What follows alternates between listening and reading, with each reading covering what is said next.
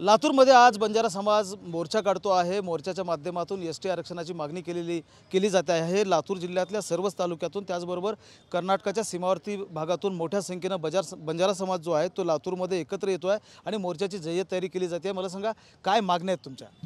आमची मागणी आहे की आम्हाला एसटी प्रवर्गामध्ये सामील करून घ्यावं, कारण ही लढाई आम्ही आजपासून नाही लढत, गेली 50 वर्षापासून ही लढाई आम्ही लढतोय।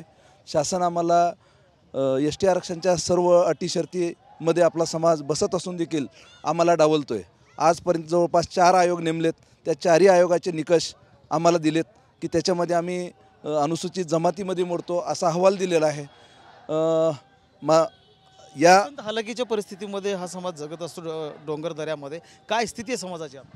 अतिशय वाईट अवस्था आहे आणि आमचं जर संस्कृती बघत असाल तर तुम्हाला असं दिसून येईल की पूर्ण आदिवासीचे सगळे गुण आम्ही पूर्ण करतोय। तर अनेक सेवा सुविधा ज्या आहेत त्या अजूनही म्हणजे तांड्यापर्यंत पोहोचलेल्या नाही। तेवढंच नाही तर जी मूलभूत जी गरज आहेत, उदाहरणार्थ रस्तेसुद्धा आमच्याकडे घरकुल असं कुठलेही असो ते आमच्याकडे कुठल्याच गरजा आमच्या पोहोचले नाहीत। जे सुधारले ते सुधारले, पण मागास भाग आज ही खूप मोठ्या प्रमाणात आपल्याकडे दिसून येतो। आता व्हीजीएनटीमध्ये आहे 3% आरक्षण आहे, मग एसटी आरक्षणामुळे काय फायदा होईल समाजाला? आणि ही मागणी जी आहे ती गेल्या कित्येक दिवसांपासून तुम्ही मागणी करताय, आता काय स्टेजला आहे? नाही साहेब, पहिल्यांदा माझं असं मत आहे की जे आमचं नव्हतं ते आमच्यावर थोपवलं आहे। आमचं विजेचं नव्हतंच। 1950 पासून डॉक्टर बाबासाहेब आंबेडकर यांच्यासमोर आमचे पद्मश्री भानावत साहेबांनी सांगितलं होतं की आम्ही आदिवासीच्या सगळ्या क्रायटेरियाज पूर्ण करतो, आम्हाला आदिवासी समाजाचं प्रतिनिधित्व द्यावं। आम्हाला नसणारं आमच्या मातीत थोपवलं।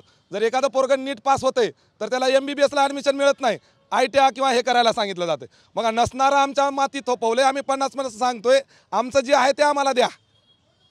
आमचं नसणारा जर आमच्या माती थोपवून त्याच्यातनं विकास झाला का? त्याच्यातनं विकास होणारच नाही ना, कारण त्याच्यामध्ये 14 पोटजाती आहेत आणि 14 पोटजातीमध्ये जिसकी जितनी संख्या भारी उसकी उतनी भागीदारी असं म्हणलेलं आहे। मग आम्ही 9.40% महाराष्ट्रामध्ये आणि 7 राज्यामध्ये आमचा अनुसूचित जमातीमध्ये अगोदरच समावेश आहे। बरं, ज्या हैदराबादमधनं आपण आलो आहे, आम्हाला कधी कधी वाटतंय आम्ही हैदराबादमधून इकडे आलो नसतो महाराष्ट्रामध्ये, किंवा आम्हाला जर महाराष्ट्रामध्ये सामील केलं नसतं तर आज आमचे हे पोरं कलेक्टर असते, तहसीलदार असते। आज आमचा महाराष्ट्रामध्ये समावेश करून उलट आम्हाला आदिवासीतनं आदिवासी ढकलल्यासारखं वाटतंय। म्हणजे आदिवासीमध्ये सुविधांना ढकललंय, पण आरक्षण मात्र आदिवासीचं दिलं नाही। आज आपण बघतोय तेलंगणामधला आमचा बांधव किंवा आंध्र प्रदेशमधला बांधव जो हैदराबाद किंवा निजामाच्या प्रदेशामध्ये होता तो एसटीमध्ये आहे। आणि मग आम्ही असं काय पाप केलं हो? एकाच मातेची 2 लेकरं असताना एक एसटीमध्ये आहे आणि दुसरा मात्र विजामध्ये आहे, असं का? हा भेदभाव का?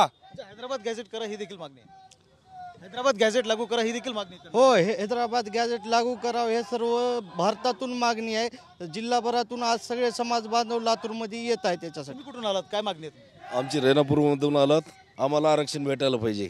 आमचं समाज आदिवासी असताना आम्हाला एसटीचं आरक्षण का लागू केलेलं नाही? आमचा समाज डोंगराळ प्रदेशात नदी डोंगराळ जिथं काय गाव नाही, जिथं दुर्गम भाग आहे तिथे राहतो। आमचा समाज जंगलाशी निगडीत आम्ही मूळ आदिवासी आहोत आणि डोंगर दऱ्यामध्ये आत्ताही वास्तव्य आहे आणि त्यामुळे एसटीचं आरक्षण आम्हाला द्यावं अशा प्रकारची मागणी जी आहे ते या मोर्चेकरांनी लावून धरलेली आहे। कॅमेरामन विनोदसह महेंद्र जोंधळे, TV9 मराठी, लातूर।